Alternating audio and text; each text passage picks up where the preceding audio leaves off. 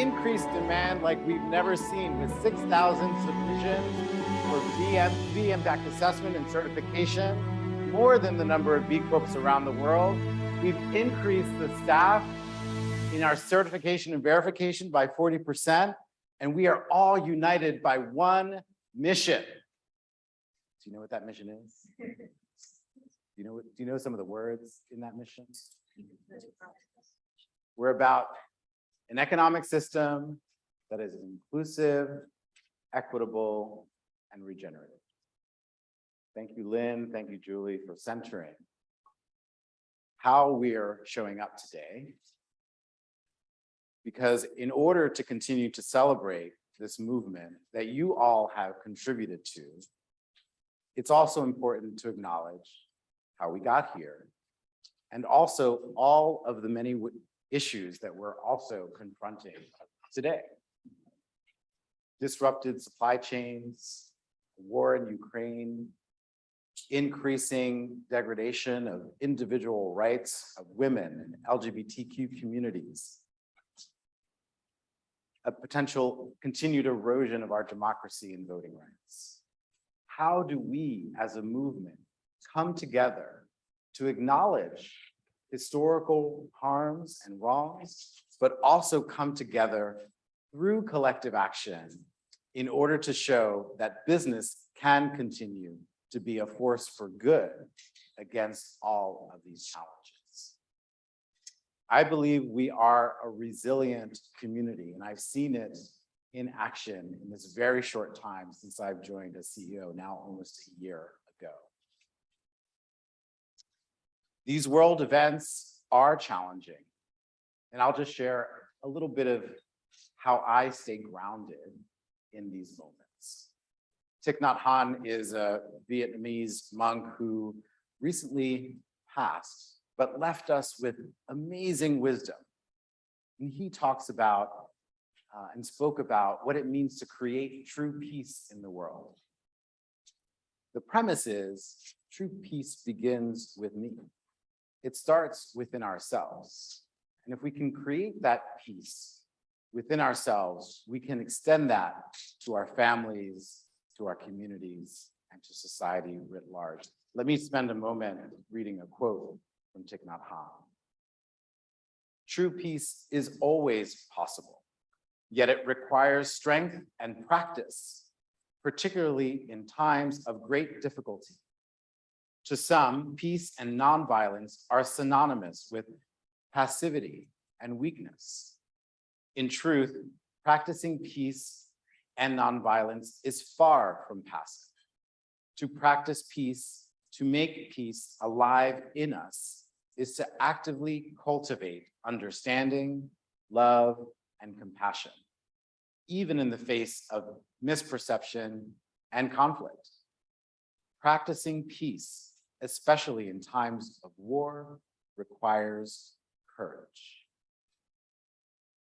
I hope that in these turbulent times, what my pastor says, these hot mess times that we're living through, offer you some peace as we begin to cultivate peace within ourselves.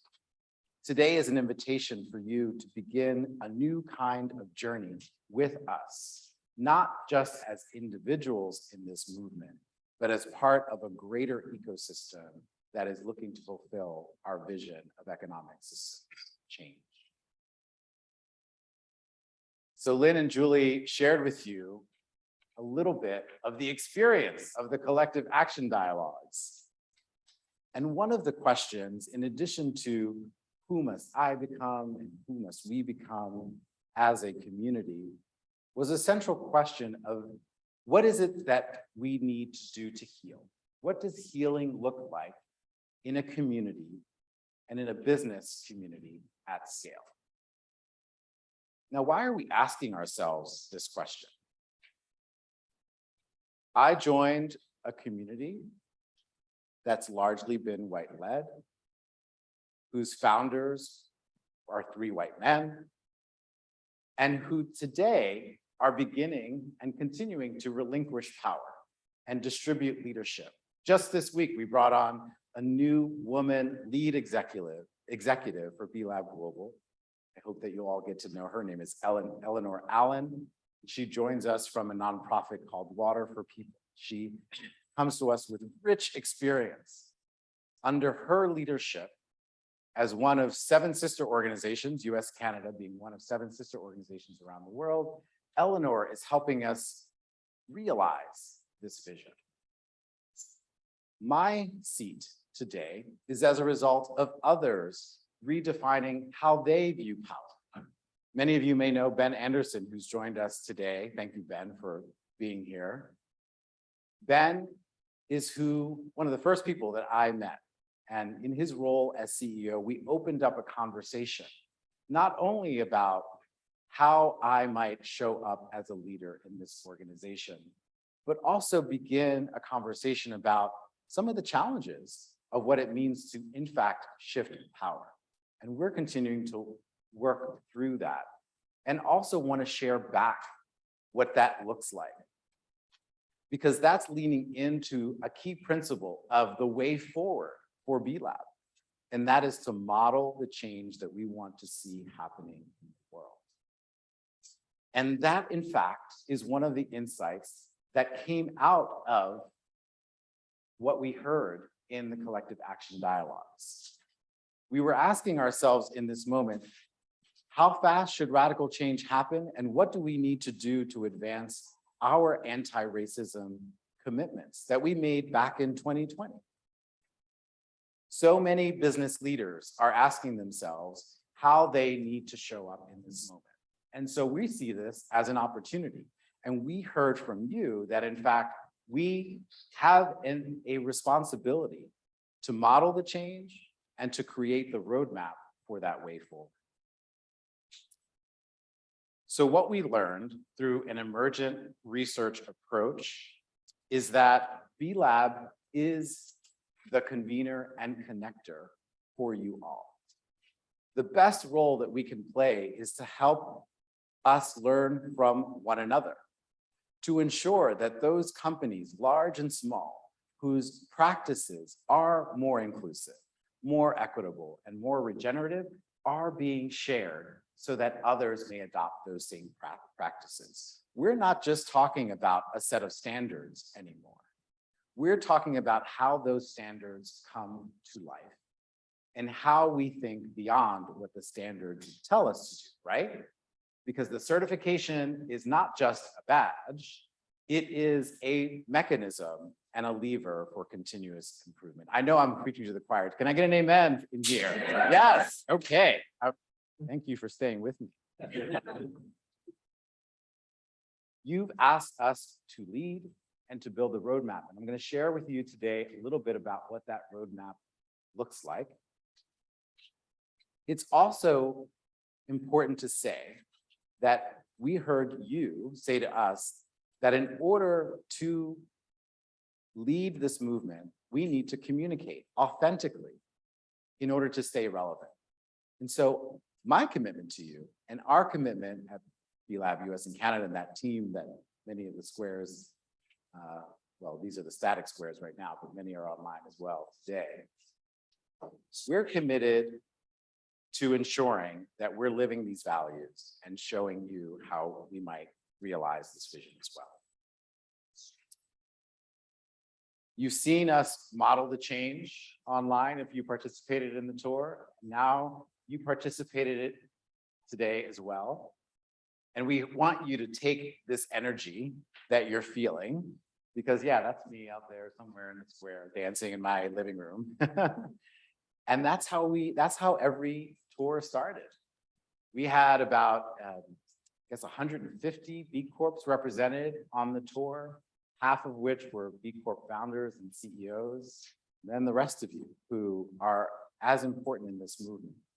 We met with the leaders of We the Change. We held 3 specific conversations with B locals in Canada.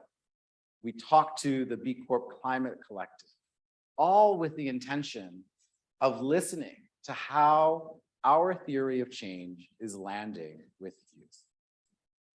And so this is really an opportunity to not only tell you what we heard, but also to tell you what we're going to do about it. Because we are a movement that's about What? Action. Remember that. Now, aside from the grumpy face that you might see up on the slide, the only reason I share it is actually for the headline that you see in the lower third. This was one of my first interviews in my role as CEO with Bloomberg Quick Take, for those of you that know it. And what I appreciate so much is that if there's a message that we want for all of you to carry from this room, it's what that lower third says. That B Lab is leading a movement for economic systems change, and that we are helping corporate America become anti-racist. This is part of our calling, and this is what is embedded within our theory of change. And so how do we do that? We start by modeling the change. We're investing in our team first and foremost. The well-being of our workers, you all, I don't have to tell you this, have experienced this yourself. It's really important for us to acknowledge the real challenges that we faced in the last couple of years, the real lack of connection, despite how good technology is. B Lab, the B Lab U.S. and Canada team is only coming together for the first time next week in person in Philadelphia. And I'm so grateful that we're going to be able to do that. The truth also is that we have not equitably invested in ourselves as an organization to help us build this future that we're imagining. Back in 2007, when we certified our first B Corp, we relied heavily on philanthropic support. But our operating model has really shifted. And so many of you saw us also do a call out to you to help continue to support our movement, because we are needing to reevaluate and have reevaluated our fee structure. In order to support this movement and in order to support the well-being of our team, this too is a conversation we need to have about how much the demand for certification and verification has not only impacted the opportunity, on the positive side, but how we grow in a way that is manageable and sustainable for our organization as well. And so this is a conversation, right? Because I've already mentioned how the demand for certification is well beyond what we imagined in such a short period of time. And we're making strides to address this within our organization. And we want to hear from you. The dialogue is in fact two-way. And so please look to this as an invitation, because we continue to staff up in our certification and verification team, and we are investing in our programs. So as we look to advancing our policy work and advancing our work of climate justice and racial equity, we're expanding our team in those areas as well. You can't create change unless you're healthy. This is the fundamental premise, right? Also, that goes back to what Thich Nhat Hanh is telling us. And so I want to get us to a close by asking you to reflect on just a few questions for how you might begin to center your own healing and the healing of your organization and of our community. I want you to think about, for yourself and your organization, how would you describe where you are in your journey?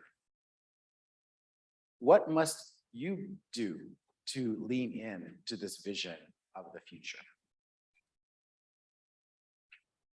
And while you reflect on that, how are you finding nourishment and stability in this work? Where are you overstretched? Where do you need to find balance? We've been through a couple of challenging years, but how exciting is it for me, especially, to look out at you and see what community really looks like. We may never see normal again. And in fact, in our conversations today, when we think about the theme of regeneration, it may be that we don't want to go back there, that this is an opportunity to think differently. And so what is it that we might create anew together? I'm inspired by what I heard Lynn and Julie say, which is we are a movement and we are headed towards action. We are a movement and we are headed towards action. We are a movement and we are headed towards action. As we deepen our community connection and move more closely to action, it's important that we continue to ensure that our energy matches the forces that are sometimes feeling like they're going against us. I've already said that this journey starts at home. And so let me tell you that one way that we're going to deepen our own journeys and commitments is through learning journeys. When we think about regeneration and what that means, it means that we are building while we are dismantling the culture of white supremacy. That we are also uncovering what's been lost in the process and being really conscious about what we do to replace that. And that we ask ourselves how we heal from historical practices of extraction and exploitation to one that is truly regenerative and equitable. 2 quick URLs. We have a new landing page where we're asking you to do 2 things. First, express your interest to continue the journey. Think of this as the seed that's been planted for you to participate in what our team at B Lab U.S. in Canada is beginning to build. And when you express your interest, we're also asking you to share with us, why are you committed to this journey? What are you expecting to be the outcomes of this work? And how might we partner together with you in order to get there? It may also come as no surprise that if there were a theme to reflect and celebrate together at the annual Champions Retreat, which will be new for me, it's the theme of humanity at work, which is our theme for Champions Retreat 2022 in Philadelphia. And we hope to see all of you there again. At this point, I think I turn it over to Lynn and Julie for questions. Thank you. Should we give you a big round of applause?